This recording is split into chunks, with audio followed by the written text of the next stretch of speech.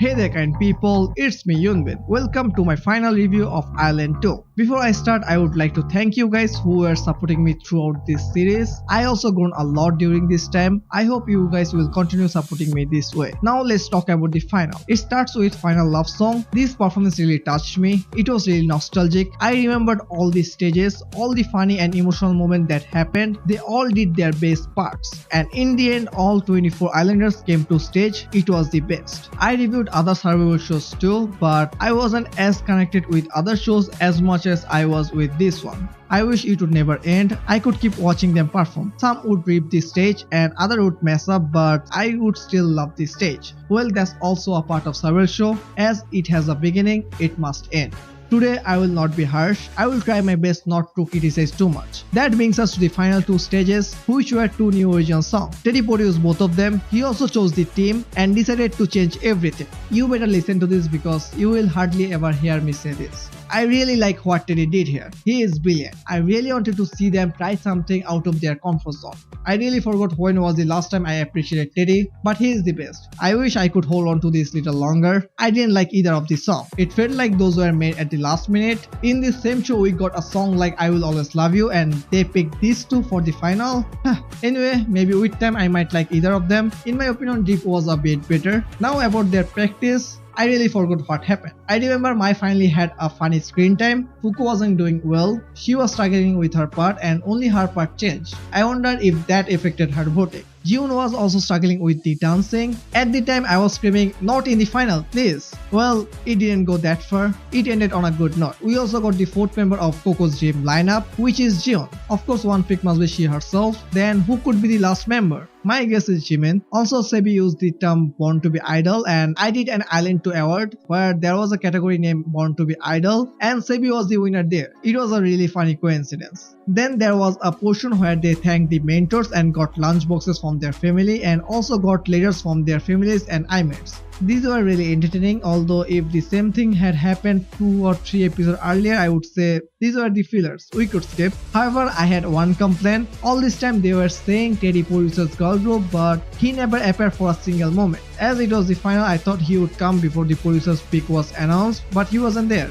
Anyway, now their performance. I said I won't be too harsh on them. This is the last stage after all, but I will be honest at first. I didn't enjoy these stages that much, and it goes for both stages. I blame 70% of it on the song itself. As I said, those weren't my cup of tea. Also, it was a totally new song, so I was confused about whether I should focus on the stage or on the song. I ended up avoiding both of them. But there was one person who was really great. That was Mai. She gave her 100%. I also think Team Fake It was a slightly better than Team Drip, but still those didn't feel like final stages. Thankfully, Taeyeon Lee was there. The last stage was I Will Always Love You, which was the best song, and this stage was the best stage. This stage really felt like final stage, and once again I was feeling nostalgic. I will say it was the best ending. Before going over the lineup, let's talk about the name, Izna. I said the debut group name would have NA. They also took I from I-LAND. They continuously saying find your eyes, so it was always in front of our eyes. Many people were comparing it to I-ZONE and Izzy, and they were demanding the fandom name should be Mizna. To be honest, I can see the similarities. It feels like a fan came up with it. I mean, like when I ask you guys what the group name should be, someone submitted Ice Pink and Nasuri. Just combine them together, what we get is Izna. I won't say it is a bad name. It is new to us. It will take time to get used to it. I mean, it was so bad, but now I kind of like it. And this one is way much better than that. I said the same for Zero Base one. It felt new and weird at that time, but now I think it is one of the best group names. That reminds me, they revealed the name like I equal to NA, which means they can be anything.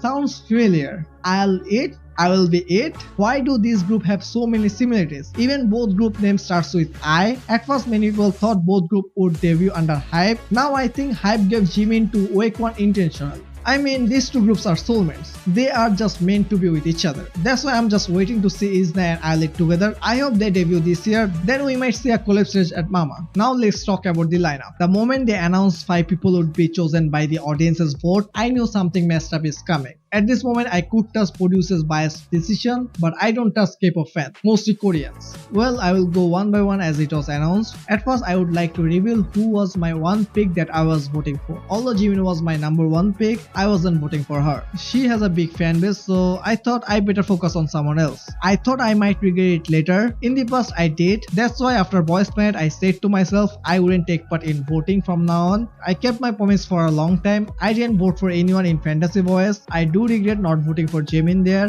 Then IU next took place. That was my biggest regret, not voting for Chio. Then Produce 101 Japan took place. I didn't vote for anyone. Although I had some regret for Koto, I was more or less happy with the debut team. Kingdom Puzzle took place in between, but I voted for everyone there with 4 different devices, so that doesn't count. Finally, in Universe Ticket, when I saw how people were voting based on their nationality, not seeing their talent, I was frustrated, so I started voting again. But it wasn't until the second round. I was also voting for only 2 contestants, Yena and Belle. I even said in my review I don't care about anyone other than these 2. The show's voting system was also great. They gave you 8 tickets and how you spend them is up to you. You can vote for one person 8 times or 8 people one time. That's why I broke the promise. But after that build up, Girls on Fire, Chungha Asia, I wasn't voting anywhere. But in I-LAND2, I thought I might regret it here as well, so I better vote for Jimin. But before the final, I changed my mind to Mai. I do have some regrets. On to that soon. The first person who was announced was Coco. At that moment, all my hope for Mai was gone. I like Coco, so I wasn't hurt by this, but I could see something was coming.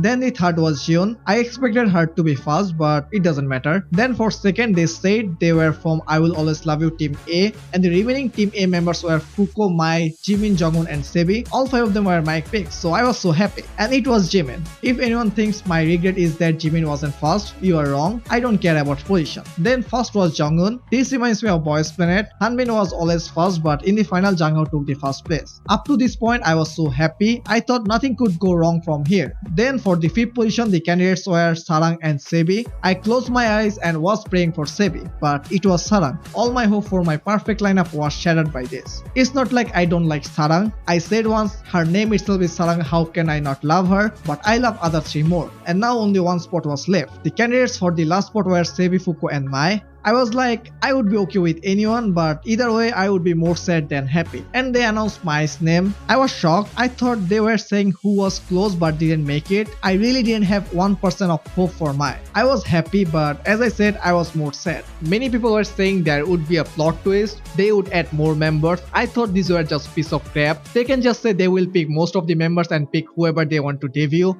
Of course, 5 people by votes were so risky, but I thought maybe that's what they wanted. But that last moment twist was really surprising and also much needed. I think that twist came just because Sarang was 5th instead of Sebi. If Sebi had debuted with fan votes, I doubt they would do the same for Sarang. In that case, Sarang stands are real heroes here. In the hour, she was picked as the most voted trainee that people don't want to see debut, but against all the odds, they made her debut. I was hurt that Sebi wasn't picked there, but the producer also knew if they didn't take Sebi, it would be a huge loss. She has the it girl aura, she can be the next Wonyoung. It was expected they would bring a twist just for her. Also, this twist reminds me of Chui when she was added to twice at the last minute, so I can see Sebi becoming the next Chui. They also added Momo there, so I was waiting for them to add one more too. I mean, if you are taking inspiration, just take full. Why half? Also, it looks like the producer's choice actually doesn't have any value. All the 7 members that debuted were also ranked 1 to 7, so in other words, the only decision they made was extending the lineup to 7. Anyway, as I said before, Gyuri is still young. She can debut somewhere else. She has a lot of time in her life. And Yuji is also young, although it's her 3rd show. I hope any good company will see her potential and debut her. I hope she won't take part in another survival show. It's not good for her mental health. And lastly, Fuko. My regret is not voting for Fuko, although she was higher on my priority list. She is good at singing and dancing, and she is also gorgeous. I thought she was a guaranteed producer's pick. I wish she had debuted. I would have no regrets if she had debuted. Again, I would like to say I am hurt because Fuko didn't debut. It has nothing to do with Sarang or Mai or any other contestant. If your pick didn't debut, you can support them in their better future. You can leave supportive messages for them, but hating on other people or bringing them down doesn't solve anything. we couldn't support them enough, so we should try our best in the future. Hating on Sarang and saying she doesn't deserve it, or my saying she is just a visual, will not make your pick debut. Everyone who made into Izna is deserving. All 7 of them were actually audience's pick. You should thank the producer that they added Mai and Sevi and made it a 7-member group. Let's support them with our best and also support the other 17 islanders in their future activities. That's all for the sad part. Now let's talk about the debut group Izna. First of all, the whole drama team made their debut. Now I want a subunit with these 4. It was a great lineup for me.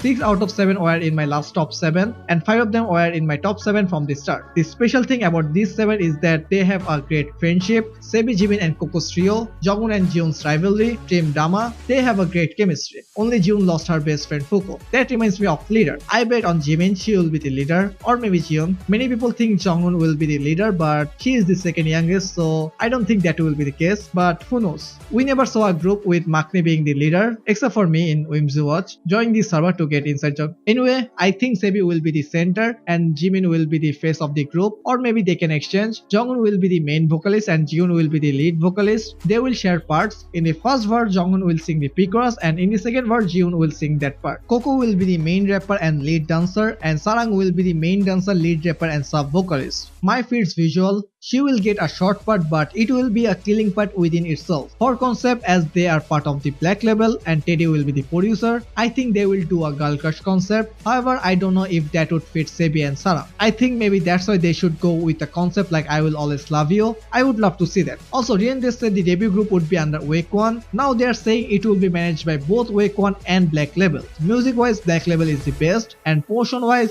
both of them sucks. I wonder how long it will take to get a comeback. Anyway, that makes them the first group under Black Label. I'm really interested to see what is waiting for them in the future. That being said, I will see you guys soon with new videos. Until then, have an awesome life.